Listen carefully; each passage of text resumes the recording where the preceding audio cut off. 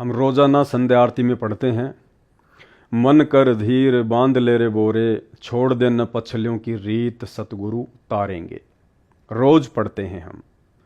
इस वाणी के माध्यम से परमेश्वर हमें आदेशित करते हैं कि आज से पहले अक्सर ज्ञानहीनता और आध्यात्मिक अज्ञानता के चलते हमारे पूर्वज, हमारे माता पिता, हमारे दादा और परदादा जिन भक्ति बाधक परंपराओं का निर्वाह करते हुए आ रहे थे, अब हमने परम पूज्य सतगुरु रामपाल जी परमेश्वर जी की शरण में आने के बाद, उनके तत्व ज्ञान को ग्रहण करने के बाद, उन तमाम भक्ति बाधक व्यर्थ की परंपराओं को, रीति रिवाजों को, कुरीतियों को जड़ से समाप्त करना पड़ेगा। अपने जीवन से बाहर निकालकर फेंकना होगा, अन्यथा हम परमेश्वर को प्राप्त नहीं कर पाएंगे। हम भक्ति करते करते भी पूर्ण मोक्ष के अधिकारी नहीं बन पाएंगे। इसलिए परमेश्वर जी इस वाणी के माध्यम से हमें यही संदेशा दे रहे हैं कि छोड़ देना पछलियों की रीत सतगुरु तारेंगे। यानी सतगुरु आपको उसी समय तारेंगे, उसी समय आपका उद्धार करेंगे जिस समय आप उन भक्ति बाधक समाज की परंपराओं का परित्याग कर देंगे। भाई और बहनों, आज हमारे पूज्य गुरुदेव परम पूज्य सतगुरु रामपाल जी परमेश्वर जी हैं और परमेश्वर जी से ज्ञान प्राप्त करने के बाद, और ज्ञान भी कोई सामान्य ज्ञान नहीं बल्कि आध्यात्मिक ज्ञान, यह आध्यात्मिक ज्ञान प्राप्त करने के बाद में अब हमने उन तमाम परंपराओं का परित्याग करना पड़ेगा। आप देख रहे हैं, वीडियो का टाइटल है पगड़ी की परंपरा को त्यागना होगा। जी हाँ, ये पगड़ी जो आप देख रहे हैं, जो इन तमाम सिख भाइयों ने धारण कर रखी हैं, यदि आप परम पूज्य सतगुरु रामपाल जी भगवान की शरण में आ चुके हैं, आप उनके भगत हैं, आपको यदि ज्ञान हो चुका है, तो अब आपने इस परंपरा का परित्याग करना पड़ेगा।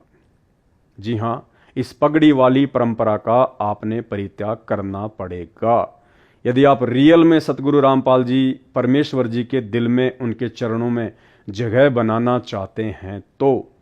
क्योंकि ये पिछलियों की रीत है, ये हमारे बड़े बूढ़े, हमारे बुजुर्ग, हमारे दादा परदादा जो पीढ़ियों से इन परंपराओं का निर्वाह करते हुए आ रहे हैं, उस समय उनकी सोच आधार से, उस समय की परिस्थितियों के आधार से भले ये बातें सही हो, ठीक हो, लेकिन वर्तमान का जो दृश्य है वो पूरी तरह से बदल चुका है। वर्तमान में हम परम पूज्य परमेश्वर सतगुरु रामपाल जी भगवान के यथार्थ 13वें कबीर पंथ के पंथी हो चुके हैं और इस पंथ में इस पगड़ी की वर्तमान में किसी भी प्रकार की कोई आवश्यकता नहीं है। यदि आपने अपनी भक्ति को सफल करना है और अपने गुरुदेव भगवान को यदि आपने प्रसन्न करना है तो परमेश्वर जी का नारा है कि जीव हमारी जाति है, मानव धर्म हमारा, हिंदू मुस्लिम सिख ईसाई धर्म नहीं कोई न्यारा। यानी सतगुरु रामपाल जी भगवान के पंथ में आने के बाद हमने केवल उनके धर्म को फॉलो करना है। कौन से धर्म को? मानव धर्म को। यही आदि सनातन धर्म है, मानव धर्म। जैसे पहले कोई हिंदू धर्म से जुड़ा हुआ था तो हिंदू धर्म की जो पहचान है वो इस प्रकार की मानी जाती है, सर पर बड़े बड़े बाल, किसी ने ये टीका लगा रखा है तो किसी ने चंदन का टीका लगा रखा है, दाढ़ी मूछ वगैरह बड़ी होना, गले में रुद्राक्ष वगैरह की माला और ये पीतांबर या भगवा वस्त्र धारण करना। तो इस प्रकार की वेशभूषा को देखकर आम आदमी ये पहचान जाता था कि ये हिंदू धर्म से संबंधित है। इसी प्रकार ये ईसाई धर्म के मानने वाले अक्सर अपने गले में इस प्रकार का एक लॉकेट पहनते हैं जो कि ईसा मसीह जी की मौत को दर्शाता है कि कैसे उनकी मृत्यु हुई थी। और ईसा को जो फॉलो करते हैं, हज़रत ईसा मसीह को जो फॉलो करते हैं, वो इस प्रकार का एक लॉकेट अपने जो है गले में धारण करते हैं। तो जिस भी व्यक्ति के गले में इस प्रकार का लॉकेट दिखाई देता है तो ये ऑटोमेटिक पहचान हो जाती है कि ये व्यक्ति कहीं ना कहीं ईसाई धर्म से जुड़ा हुआ है। ठीक इसी प्रकार ये मुस्लिम धर्म में सर पे टोपी पहनना, छोटी छोटी मूछें रखना, दाढ़ी वगैरह बढ़ाना, तो दूर से ही आदमी पहचान जाता है कि ये व्यक्ति मुस्लिम धर्म को फॉलो करता है। ठीक इसी प्रकार सिख धर्म के जो फॉलोवर हैं, जो मानने वाले हैं, उनकी ये पहचान होती है सर के ऊपर ये पगड़ी धारण करना, और दाढ़ी मूछ वगैरह बढ़ा के रखना, तो दूर से ही आदमी पहचान लेता है कि सरदार जी आ रहे हैं, यानी ये सिख धर्म से संबंधित हैं। तो ठीक इसी प्रकार वर्तमान में जो दुनिया का सबसे पहला धर्म है, आदि सनातन मानव धर्म, जिस धर्म को दुनिया आध्यात्मिक अज्ञानता के चलते भूल चुकी थी, अब उस आदि सनातन मानव धर्म के प्रवर्तक परम पूज्य परमेश्वर रामपाल जी भगवान धरती पर प्रकट हो चुके हैं और उस धर्म से अपनी आत्माओं को जोड़ने के लिए अपना आध्यात्मिक ज्ञान देकर, तत्व ज्ञान देकर, शास्त्रों से तमाम प्रकार की जानकारियां निकाल कर वापस लोगों को उसी आदि सनातन मानव धर्म से जोड़ने का प्रयास कर रहे हैं। तो पहले तो हमारी धर्म को लेकर कुछ और पहचान थी, लेकिन जिस दिन हम परम पूज्य सतगुरु रामपाल जी परमेश्वर जी की शरण में आ जाते हैं, उसके बाद भाई और बहनों हमारी तमाम पहचानें मिट जाती हैं। जैसे वर्तमान में यदि कोई ईसाई धर्म को फॉलो करने वाला व्यक्ति सतगुरु रामपाल जी परमेश्वर जी से उपदेश प्राप्त करता है, तो वो व्यक्ति फिर ये लॉकेट नहीं पहनता है, बिल्कुल नहीं पहनता। क्योंकि यदि आपको सतगुरु रामपाल जी परमेश्वर जी के मानव धर्म से जुड़ना है, तो मानव धर्म से जुड़ने के लिए आपने ईसाई धर्म की तमाम परंपराओं को, रीति रिवाजों को त्यागना पड़ेगा। यदि आप संत रामपाल जी से उपदेश लेकर इनके मानव धर्म से जुड़ने के बाद भी लॉकेट वगैरह पहनना या फिर चर्च में जाना या ईसाई समाज की जो परंपराएं हैं उनको निभाना नहीं छोड़ा, तो फिर आप अभी तक पूर्णतया सतगुरु रामपाल जी के शिष्य नहीं हैं, आप पूर्ण रूप से उनके मानव धर्म से नहीं जुड़ पाए हैं। लेकिन अमूमन 99% आपको ये देखने को मिलेगा, बल्कि 100% आपको ये देखने को मिलेगा कि ईसाई समाज का कोई भी व्यक्ति जिस दिन सतगुरु रामपाल जी परमेश्वर जी से उपदेश ले लेता है, उनके ज्ञान को समझ जाता है, उसके बाद वो इस प्रकार के लॉकेट वगैरह पहनना बिल्कुल जो है बंद कर देता है। ठीक इसी प्रकार यदि मुस्लिम समाज का कोई फॉलोवर, कोई व्यक्ति, स्त्री या पुरुष संत रामपाल जी के ज्ञान से परिचित होने के बाद जब उनसे नाम उपदेश प्राप्त करता है, तो उसके बाद आपको ये देखने को भी नहीं मिलेगा कि संत रामपाल जी से उपदेश लेने के बाद वो व्यक्ति सिर पर टोपी पहनता हो या वो व्यक्ति मूछें कटाता हो, दाढ़ी बड़ी बड़ी रखता हो। यानी जो पहचान मुस्लिम समाज की है, नाम उपदेश लेने के बाद वो व्यक्ति अपनी उस पहचान को मिटा डालता है।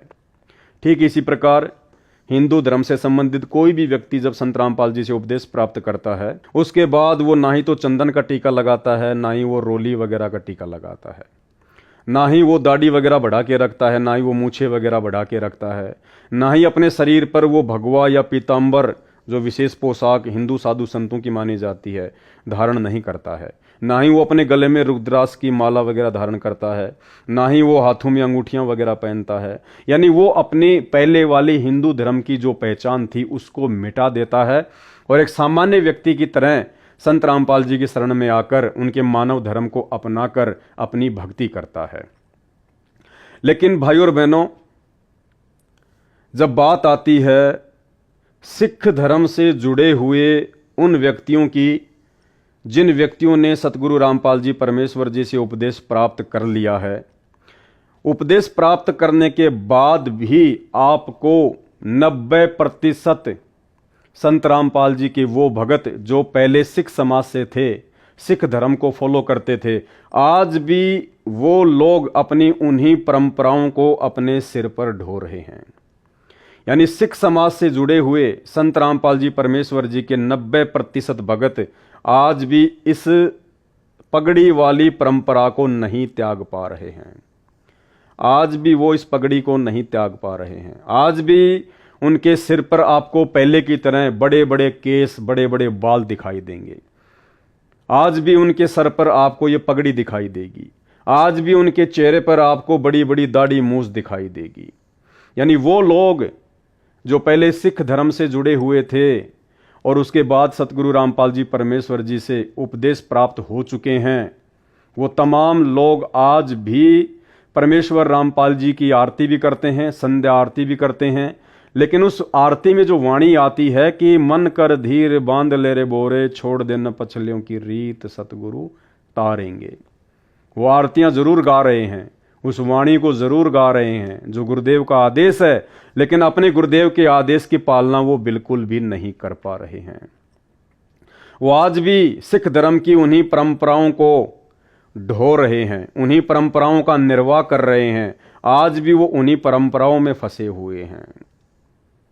मानव धर्म को अपनाने के बाद भी सिख धर्म से जुड़े हुए भाई बहन अपनी उन परंपराओं का परित्याग नहीं कर पा रहे हैं, जबकि मुस्लिम धर्म से जुड़े हुए तमाम भाई बहनों ने अपनी सारी परंपराएं त्याग दी।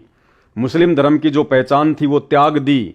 वो ना सर पे टोपी पहनते, ना वो मूंछ कटा के दाढ़ी रखते, बिल्कुल सिंपल रहते हैं। ईसाई समाज के भाई बहनों ने भी अपनी तमाम परंपराएं त्याग दी। हिंदू धर्म से संबंधित भाई बहनों ने भी अपनी तमाम परंपराएं त्याग दी। केवल सिख धर्म से संबंधित भाई बहन जिन्होंने उपदेश प्राप्त होने के बाद भी अपनी परंपराओं को नहीं त्यागा है। संत रामपाल जी के मानव धर्म को स्वीकार करने के बावजूद भी आज वो पहले वाले धर्म की परंपराओं के अंदर फंसे हुए हैं। अब चाहे वो उनका भय हो, चाहे उनकी लोकलाज हो, या चाहे समाज से बहिष्कार का डर हो, जो भी हो, लेकिन अभी तक उन्होंने इस प्रकार की परंपराओं का परित्याग नहीं किया है। लेकिन असल में होना क्या चाहिए? अब हमारी पहचान सतगुरु रामपाल जी से उपदेश लेने के बाद, इतना ज्ञान समझ में आने के बाद और इतना समय भक्ति को देने के बाद, अब हमारी पहचान वो पुराने वाले धर्म नहीं होनी चाहिए। अगर आप सिख समाज से हैं तो सिख धर्म आपकी पहचान नहीं होनी चाहिए।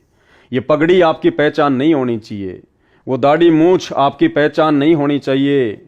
सतगुरु रामपाल जी की शरण में आने के बाद अब आप सिख धर्म को फॉलो नहीं करते हैं, आप सिख धर्मी नहीं हैं, आप मानव धर्मी बन चुके हैं।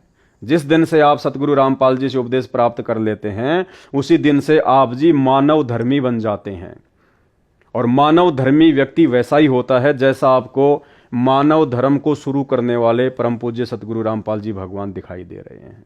बिल्कुल सिंपल, सादा, कोई आडंबर नहीं, कोई दिखावा नहीं, कोई पाखंड नहीं, किसी प्रकार की परंपराओं का बोझ नहीं।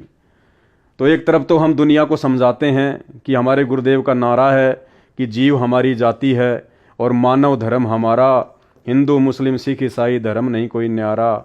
दुनिया को तो हम मानव धर्म से जोड़ने की ओर आगे बढ़ रहे हैं। ज्ञान गंगा पुस्तक लेकर, जीने की राह पुस्तक लेकर दुनिया को समझाते रहते हैं, सारा दिन पुस्तकें बांटते रहते हैं, लेकिन स्वयं अभी भी सिख धर्म में उलझे हुए हैं, उसी धर्म की उन्हीं परंपराओं में उलझे हुए हैं।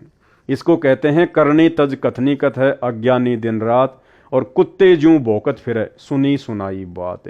तो भाई और बहनों, अब हमने अपने गुरुदेव को प्रसन्न करना है, उनको नाराज नहीं करना है। गुरुदेव ने हमें अपने आत्म कल्याण के लिए जो भी ज्ञान देना था, जो भी हमें समझाना था, परमात्मा ने सब कुछ बता दिया, सब कुछ समझा दिया है। अब हमने ज्ञान को आधार बनाकर परमेश्वर को प्रसन्न करना है। हमने वो भक्ति विरुद्ध कर्म नहीं करने हैं जिनके करने से गुरुदेव नाराज होते हैं। जिन बातन से गुरु दुख पावे, उन बातों को दूर भगावे। और यदि नहीं छोड़ा हमने इन परंपराओं को, यदि हमने सतगुरु रामपाल जी से उपदेश प्राप्त करने के बाद ये पगड़ी पहनना, लंबी लंबी दाढ़ी और मूछें रखना, यदि आपने नहीं छोड़ा, यदि आपने पहले की तरह सिख समाज की परंपराओं को अपनी पहचान के रूप में ही बनाकर रखा, तो भाई और बहनों, हम बहुत बड़ा धोखा खा जाएंगे। समय तेजी से निकलता जा रहा है। सतलोक की तैयारी के लिए ज़्यादा समय नहीं है। एक छोटी सी बात है, जैसे परमात्मा किसी व्यक्ति को कहें कि भाई वो जो भीड़ है ना, भीड़, हाँ जी, उस भीड़ में जितने भी मेरे भगत हैं उन सब को तू उस विमान में बैठा दे जो सतलोक जाने के लिए खड़ा हुआ है। अब वो भीड़ है, भीड़ में तो हिंदू भी खड़े हैं, मुसलमान भी खड़े हैं, सिख भी खड़े हैं, ईसाई भी खड़े हैं, संत रामपाल जी के भगत भी खड़े हैं। अब वो व्यक्ति कहे कि महाराज जी आपके भक्तों की पहचान क्या है, आपका भगत कैसा होगा, तो महाराज जी कहेंगे कि भाई मैंने तो समझा रखा है, मैंने सत्संगों में बता रखा है कि जय कोई भगत हमारा होई और जात वर्ण को त्यागे सोई, कि मेरा जो भगत होगा उसकी पहचान होगी वो जात और वर्ण, वर्ण यानी धर्म, जात यानी समाज में जो भी परंपराएं हैं, जो भी रीति रिवाज हैं, जो भी कुरीतियां हैं, जो उनसे दूर हटके मानव धर्मी बन के भक्ति कर रहा होगा, और वो जिस भी धर्म से जुड़ा हुआ था उस वर्ण की तमाम परंपराओं को, रीति रिवाजों को त्याग कर जो पूर्णतया मानव धर्मी बन चुका होगा, भाई वो मेरा भगत है। जय कोई भगत हमारा होई और जात वर्ण को त्यागे सोई, यानी मेरा भगत वही बन सकता है जो पहले वाले धर्म और जातियों की परंपराओं को, पहचान को जो मिटा देगा और मानव धर्मी बन के अपनी भक्ति करेगा। अब वो व्यक्ति क्या करेगा? अब वो व्यक्ति उस भीड़ में जाएगा, वो किसी भी हिंदू को हाथ नहीं लगाएगा, वो किसी भी मुस्लिम को नहीं छेड़ेगा, ईसाई को नहीं छेड़ेगा, सिख को नहीं छेड़ेगा। यानी धर्म की जो पहचान बनी हुई है हिंदू, मुस्लिम, सिख, ईसाइयों की, वो उनको हाथ भी नहीं लगाएगा। वो केवल उन व्यक्तियों का हाथ पकड़ पकड़ के उस विमान में बैठाएगा जिस व्यक्ति की उन चारों धर्मों में से कोई पहचान ना हो, जो बिल्कुल सिंपल हो, अपने गुरुदेव भगवान की तरह हो, सतगुरु रामपाल जी परमेश्वर जी की तरह हो। ना सिर पे टोपी, ना मूंछ कटी हुई, ना दाढ़ी बढ़ी हुई, ना गले में वो क्रॉस का लॉकेट, ना सर पे कोई पगड़ी।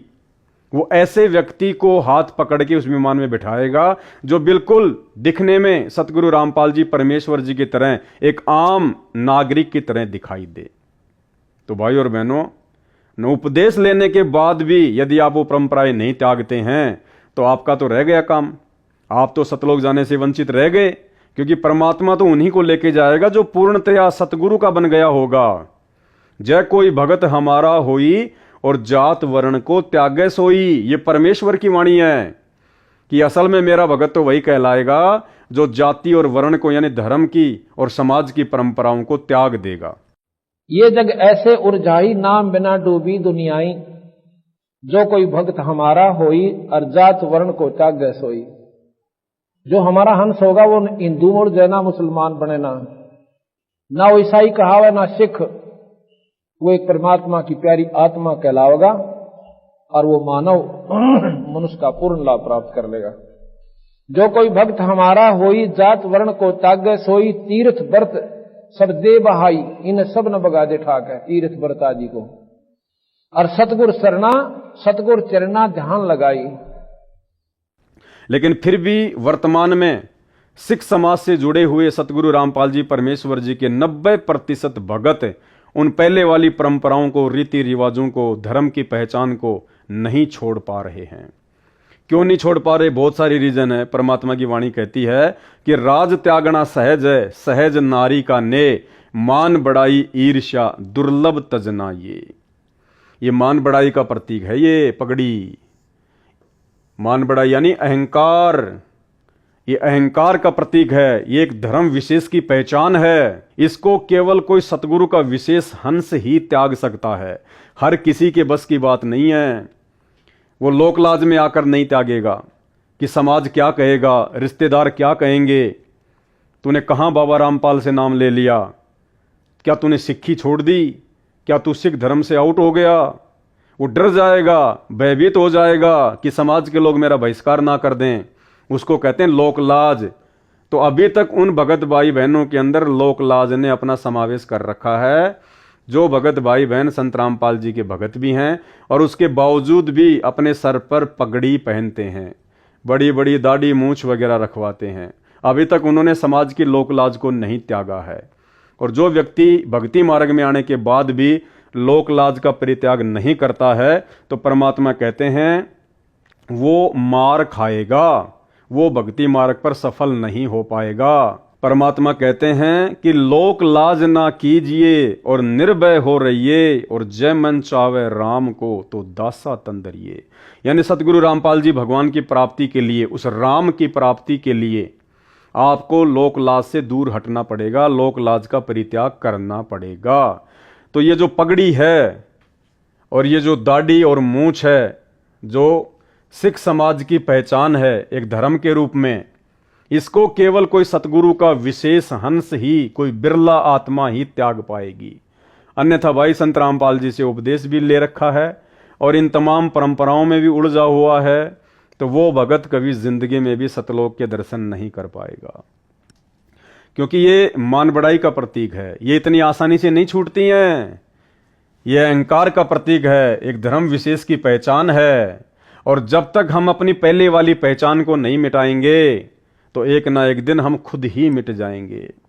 तो परमेश्वर कहते हैं राज त्यागना सहज है और सहज नारी का ने, मान बढ़ाई और ईर्ष्या दुर्लभ तजनाये।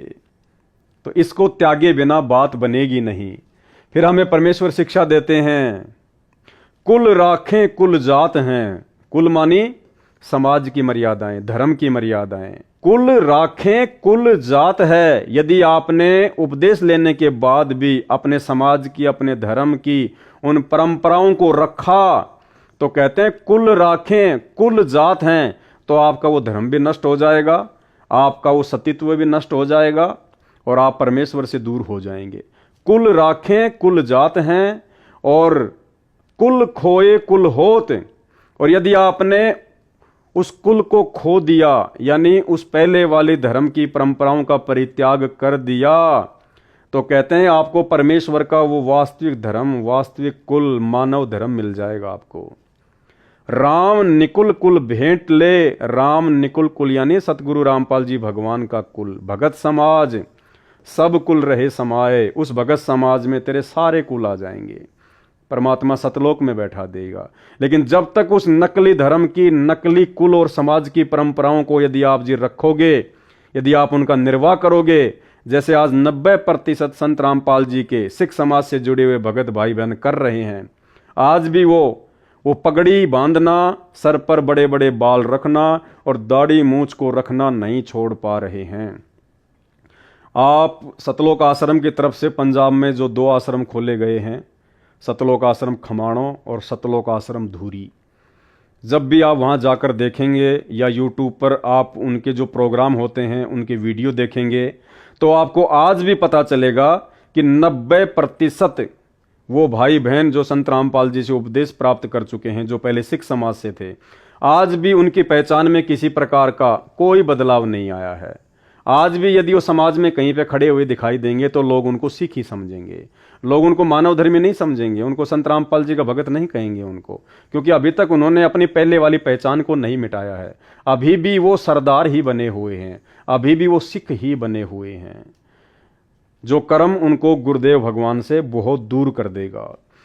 जीव हमारी जाति है, भाई हमारी जाति है जीव, हम 2 कोटि के इंसान हैं, 2 कोटि के प्राणी हैं हम।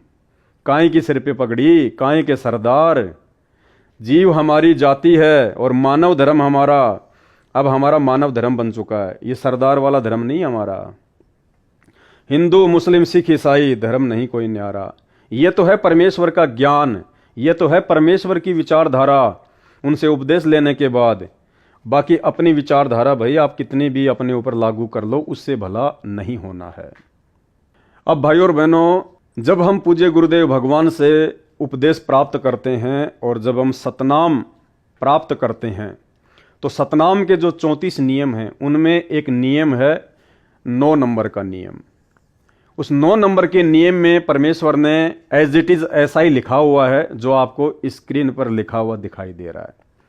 सिखों को छोड़कर संत बाबा रूप में दाढ़ी ना हो। क्या कहा परमेश्वर ने? सिखों को छोड़कर संत बाबा रूप में दाढ़ी ना हो। यह नियम है परमात्मा का, यह आदेश है सतगुरु रामपाल जी भगवान का उन तमाम व्यक्तियों के लिए जो व्यक्ति सिख समाज को छोड़कर संत रामपाल जी के मानव धर्म को स्वीकार करते हैं। कि सिखों को छोड़कर यानी उन लोगों को छोड़कर जो अभी भी सिख बने हुए हैं, अपनी धर्म की परंपराओं में उलझे हुए हैं, जो लोग संत रामपाल जी के ज्ञान से अपरिचित हैं, जिनको हम सिख कहते हैं, सरदार कहते हैं, उन सिखों को छोड़कर संत या बाबा रूप में दाढ़ी ना हो। यदि आपने संत रामपाल जी से उपदेश लेना है तो संत यानी भगत रूप में, संत का मतलब होता है भगत, और बाबा यानी कोई साधु संत। तो संत रामपाल जी का ज्ञान समझने के बाद में यदि कोई उपदेश लेना चाहेगा और पहले यदि वो बाबा था, लाल कपड़े पहनता था, या पहले वो सरदार था, गुरुद्वारों में पाठी था, जो भी था, पहले जो बाबा रूप में था, जो साधु रूप में था, तो उसको अपनी साधुता छोड़नी पड़ेगी। साधुता का मतलब वो वेशभूषा, वो परंपरा, वो दाढ़ी, वो मूछ, वो उसने कटवानी पड़ेगी अगर संत रामपाल जी से नाम लेना है तो, क्योंकि यहां सख्त आदेश है कि संत बाबा रूप में दाढ़ी ना हो। तो संत रूप यानी भगत रूप में, यानी जब आप संत रामपाल जी से उपदेश ले लेते हैं तो आप जी संत बन जाते हैं, भगत बन जाते हैं। और बाबा यानी यदि आप पहले कोई बाबा थे, किसी गुरुद्वारे में पाठी थे, तो आपने अब अपनी उन परंपराओं को त्यागना पड़ेगा, अपने सर के बालों को कटवाना पड़ेगा, अपनी दाढ़ी मूंछ को कटवाना पड़ेगा, वो पगड़ी पहनना आपने छोड़ना पड़ेगा यदि आपने संत रामपाल जी से उपदेश लेना है तो। ये है इस नियम का मतलब। लेकिन 99% भक्तों ने इस नियम का मतलब ये निकाल लिया कि गुरुजी ये कह रहे हैं कि सरदारों को छोड़कर, सिखों को छोड़कर कोई भी भगत दाढ़ी और मूंछ ना रखे। क्यों भाई, सिख कोई विशेष है क्या संत रामपाल जी के लिए? क्या परमात्मा भी अपने भक्तों में पक्षपात करता है क्या? क्या परमात्मा भी भेदभाव करता है क्या? इसका मतलब सिख तो फिर चाहे शराब पियो, सिख चाहे कोई भी नशा करो, क्योंकि उनको तो छूट दे दी परमात्मा ने। यदि आप लोगों के अनुसार गुरुदेव भगवान ने सिखों को सर पर पगड़ी बांधना, दाढ़ी मूंछ रखने की छूट दे रखी है, तो इसका मतलब सिखों को तो फिर सारी छूट है। सिख तो चाहे शराब भी पियो, चाहे मांस भी खाओ, चाहे चोरी भी करो, चाहे उल्टे काम भी करो। और बाकी भक्तों को सतगुरु रामपाल जी ने अपने नियमों में बांध दिया। भाई इस नियम को समझो, शब्दों को समझो, ये वाणी, ये लाइन क्या कह रही है। संत रामपाल जी निष्पक्ष परमात्मा है। अरे वे तो आप और हमारे लिए ये वाणी कहते हैं कि पक्षा पक्षी के कारण सब जग रहा भूलान। पक्षा पक्षी यानी पक्ष और विपक्ष के चक्कर में पड़कर पूरा संसार भूला हुआ है। पक्षा पक्षी के कारण सब जग रहा भूलान, और निष्पक्ष होके हरि भजय सोहे संत सुजान। यानी वो भगत ही ज्ञानी होगा, परमात्मा को प्राप्त करेगा, जो निष्पक्ष होकर भक्ति करेगा। तो परमात्मा कैसे पक्षपात को धारण करके हमसे भक्ति करवाएंगे? अगर भगत के लिए निष्पक्ष होने का आदेश है तो इसका मतलब परमात्मा तो हमसे पहले निष्पक्ष हैं। और वो निष्पक्ष परमात्मा फिर सिखों को नाम उपदेश लेने के बाद पगड़ी पहनना, दाढ़ी मूंछ रखने की इजाजत कैसे दे सकते हैं? तो वाणी का जो अर्थ है वो ये है कि सिखों को छोड़कर, यानी उन व्यक्तियों को छोड़कर जो अभी भी सिख धर्म को अपना रहे हैं, जो अभी भी संत रामपाल जी के ज्ञान से, उनकी भक्ति से दूर हैं, उन सिखों को छोड़कर संत बाबा रूप में दाढ़ी ना हो। यदि आप सिख समाज से हैं और आपने संत रामपाल जी का संत बनना है, उनका भगत बनना है, तो आपने अब उन परंपराओं को त्यागना पड़ेगा। आपने दाढ़ी वाड़ी को कटवाना पड़ेगा, पगड़ी वगड़ी पहनना आपने छोड़ना पड़ेगा। ये है, यहां संत रामपाल जी ने कहा कि सिखों को छोड़कर, ये नहीं कहा कि सिख भक्तों को छोड़कर, ये शब्द नहीं कहे उन्होंने, खाली कहा सिखों को छोड़कर, ना कि सिख भक्तों को छोड़कर। तो भाई अब आपने उन परंपराओं का परित्याग करना पड़ेगा अगर अपनी भक्ति सफल करनी है। तो आपने सिंपली, यदि संत रामपाल जी का भगत बनना है तो देख लो ये तमाम लोग, ये देख लो तमाम लोग, किसी के सर पे भी आपको ना तो कोई टोपी दिखाई देगी, ना किसी के गले में आपको कोई लॉकेट दिखाई देगा जो ईसाई धर्म में पहना जाता है, ना किसी के सिर पे आपको कोई जो है वो पगड़ी दिखाई देगी, ना किसी के चेहरे पे आपको कोई बड़ी बड़ी दाढ़ी दिखाई देगी। जबकि ये तमाम लोग, इनमें से कोई हिंदू भी है, कोई मुसलमान भी है, कोई सिख भी है, कोई ईसाई भी है। तो ये व्यक्ति हैं असल में संत रामपाल जी के फॉलोवर। ये हैं वो व्यक्ति जिन्होंने पहले वाले तमाम धर्मों की तमाम परंपराओं को परित्याग कर दिया, जिन्होंने पहले जिस भी धर्म से जुड़े हुए थे उन तमाम पहचान को इन्होंने मिटा दिया, और संत रामपाल जी के मानव धर्म से जुड़ने के बाद इन्होंने अपने ऊपर मानव धर्मी का ठप्पा लगा लिया। ये हैं संत रामपाल जी के फॉलोवर, जो संत रामपाल जी जैसे ही दिखाई दे रहे हैं। परमात्मा कहते हैं कि गुरु को कीजिए दंडवत और कोटि कोटि प्रणाम, और कीट न जाने भृंग को गुरु कर ले आप समान। सतगुरु ने इन सब भक्तों को ज्ञान देकर अपने समान कर लिया, अपने जैसा बना लिया इन सबको। इनमें और सतगुरु रामपाल जी भगवान की वेशभूषा में आपको किसी भी प्रकार का कोई भी डिफरेंस नजर नहीं आएगा। ये सभी धर्मों के लोग बैठे हुए हैं, लेकिन आप देख सकते हैं किसी भी व्यक्ति की पहचान पहले वाले धर्म नहीं है, ये सब मानव धर्मी हैं। संत रामपाल जी जैसे एक आम नागरिक की तरह आपको दिखाई दे रहे हैं।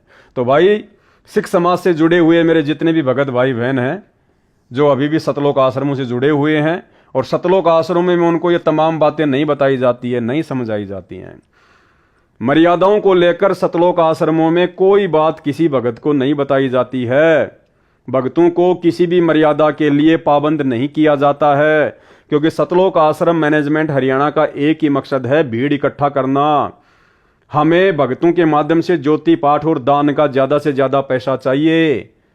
चाहे भगत मर्यादा में रहे ना रहे, भगत भक्ति करे या ना करे, चाहे भगत सर पर टोपी पहने या सर पर पगड़ी पहने, चाहे क्रॉस का लॉकेट पहने या चाहे जो मर्जी, चाहे वो भगवा धारण करे, चाहे वो पीतांबर पहने, कुछ भी करे, दाढ़ी रखे, मूंछ रखे, उन लोगों को कोई मतलब नहीं है। सतलोक आश्रम से जुड़े हुए सतलोक आश्रम मैनेजमेंट को, गुरुदेव भगवान के कलयुगी परिवार को केवल इस बात से मतलब है कि ये भीड़ संत रामपाल जी से उपदेश लेके इसी प्रकार से जुड़ती रहे, आश्रमों में आती रहे, ज्योति पाठ और दान का पैसा संत रामपाल जी के नाम पे सतलोक आश्रम मैनेजमेंट हरियाणा को देती रहे। भाड़ में जाओ भक्ति और मर्यादा। तो भाई वास्तव में यदि आपने अपनी भक्ति सफल करनी है तो आपने अपने गुरुदेव के ज्ञान को आधार बनाकर अपनी पहले वाली पहचान को मिटाना पड़ेगा। आपने उन परंपराओं का परित्याग करना पड़ेगा, भले आपको अच्छा लगे चाहे आपको बुरा लगे। आपने संघर्ष करना पड़ेगा। यदि आप संघर्ष नहीं कर पा रहे हैं, लोकलाज में फंसे हुए हैं या आपको भय है, तो भाई ये लोकलाज और भय सतगुरु रामपाल जी भगवान ने भगत का सबसे बड़ा दुश्मन बताया है, सबसे बड़ा दुश्मन। भाई लोक लाज मर्याद जगत की, तरण जो तोड़े बगावे। लोक लाज मर्याद जगत की, तरण जो तोड़े बगावे। कामनी कनक जहर कर जाने, तब शहर अगमपुर जावे। जब कोई राम भगत गत पावे हो जी, जब कोई राम भगत गत पावे हो जी। अब आप ये फोटो देखिएगा। अब इस फोटो में एक तरफ तो ये राधा स्वामी पंथ के वर्तमान गुरु हैं, ये राधा स्वामी पंथ के वर्तमान गुरु हैं, और नीचे सतगुरु रामपाल जी परमेश्वर जी हैं। अब आप किसी भी व्यक्ति से कहो कि ये जो संगत है ये कौन से गुरु की हो सकती है, आपको कोई ये पोस्टर दिखा के कहे कि साहब ये तो राधा स्वामी पंथ के वर्तमान गुरु हैं और ये हैं यथार्थ 13वें कबीर पंथ के गुरु सतगुरु रामपाल जी, और ये है संगत, और आप लोगों को 5,000 रुपए का इनाम दिया जाएगा, ये बताओ कि ये संगत कौन से गुरु की है। तो भाई और बहनों 99% लोगों का जो जवाब होगा, 99% लोगों का जो जवाब होगा वो ये होगा कि ये संगत जिन्होंने सर पे पगड़ी बांध रखी है, जिन्होंने दाढ़ी मूंछ बढ़ा रखी है, ये सारे के सारे लोग राधा स्वामी पंथ से जुड़े हुए हैं। क्योंकि जैसा गुरु वैसा ही चेले, कोई भेदभाव नहीं है, किसी प्रकार का कोई फर्क नजर नहीं आ रहा। गुरु ने भी मूंछें बढ़ा रखी हैं, दाढ़ी बढ़ा रखी है, चेलों ने भी दाढ़ी बढ़ा रखी है, मूंछें बढ़ा रखी हैं। गुरु ने भी पगड़ी धारण कर रखी है, चेलों ने भी पगड़ी धारण कर रखी है। तो 99% लोगों का यही जवाब होगा कि साहब सारे के सारे ये राधा स्वामी पंथ वाले गुरु के चेले हैं, सारे के सारे। कोई नहीं कहेगा कि ये संत रामपाल जी के भगत हैं, क्योंकि संत रामपाल जी जैसा इनमें एक भी लक्षण नहीं दिखाई दे रहा, एक भी लक्षण। तो भाई और बहनों, आपकी पहचान क्या है? आपका गुरु तो कह रहा है कि मैं अपने भगत को धीरे धीरे धीरे धीरे अपने जैसा बना लूंगा, कि गुरु को कीजिए दंडवत और कोटि कोटि प्रणाम, कीट न जाने भृंग को गुरु कर ले आप समान। लेकिन आप अपने गुरुजी के समान होना ही नहीं चाहते, आप अपने गुरुजी के जैसा बनना ही नहीं चाहते। या तो आपको ज्ञान नहीं है या आपको इन आश्रमों में ज्ञान करवाया नहीं जाता है। तो भाई और बहनों, अगर भक्ति सफल करनी है तो तमाम पहले वाली परंपराओं को त्यागना पड़ेगा। आप चाहे सिख समाज से हैं, चाहे मुसलमान समाज से हैं, पहले आप जो मर्जी करते थे, कुछ भी धारण करते थे। अब यदि आप संत रामपाल जी के मानव धर्म से जुड़ गए हैं तो आपने मानव धर्मी बनना पड़ेगा। और मानव धर्मी कैसा होता है ये आप संत रामपाल जी को देख लो, इनके चेहरे को देख लो, इनके सर को देख लो, इनकी वेशभूषा को देख लो। आपने ऐसा बनना पड़ेगा, अपनी वेशभूषा में, अपने पहनाव में आपने बदलाव करना पड़ेगा। यदि परमात्मा प्राप्ति करनी है तो बाकी ड्रामेबाजी चाहे कितनी करते रहो, सतगुरु रामपाल जी भगवान आपको जबरदस्ती नहीं कहेंगे कि तू भाई तेरी पगड़ी उतार दे या तेरे को आश्रम में नहीं आने देंगे। तू अपनी दाढ़ी मूछ कटवा के आना, अब की बार नहीं, तेरे को आश्रम में नहीं आने देंगे। वो आपकी मर्जी, आपकी मौज। क्योंकि जब आप सृष्टि रचना पढ़ेंगे तो आपको यह भी पता चलेगा कि काल का और परमात्मा का एक एग्रीमेंट हुआ था, जिसमें काल ने परमात्मा से कहा था कि गुरुदेव, हे परमात्मा, आप नीचे जाके अपना ज्ञान देना, आप अपना भक्ति विधान बताना, जो आपके ज्ञान को स्वीकार करे वो आपका, और जो आपके ज्ञान को स्वीकार ना करे वो काल का। तो इस दास का जो उद्देश्य है और भगवान का जो काल से प्रॉमिस है, एग्रीमेंट है, वो यही था। काल ने कहा था कि आप अपना ज्ञान देकर अपना बनाना प्रभु, बाई फोर्स ना करना। जो आपके ज्ञान को मानेगा आपका हो गया, जो मेरी बकवादों में उलझा रहेगा वो मेरा होगा। मैं उसको खाऊंगा, नचाऊंगा, जन्म मृत्यु के अंदर उनको चक्कर कटाऊंगा, उसमें बाधा ना करना। तो भाई परमात्मा जबरदस्ती नहीं करेगा। परमात्मा ने 28-30 साल से खूब तत्व ज्ञान का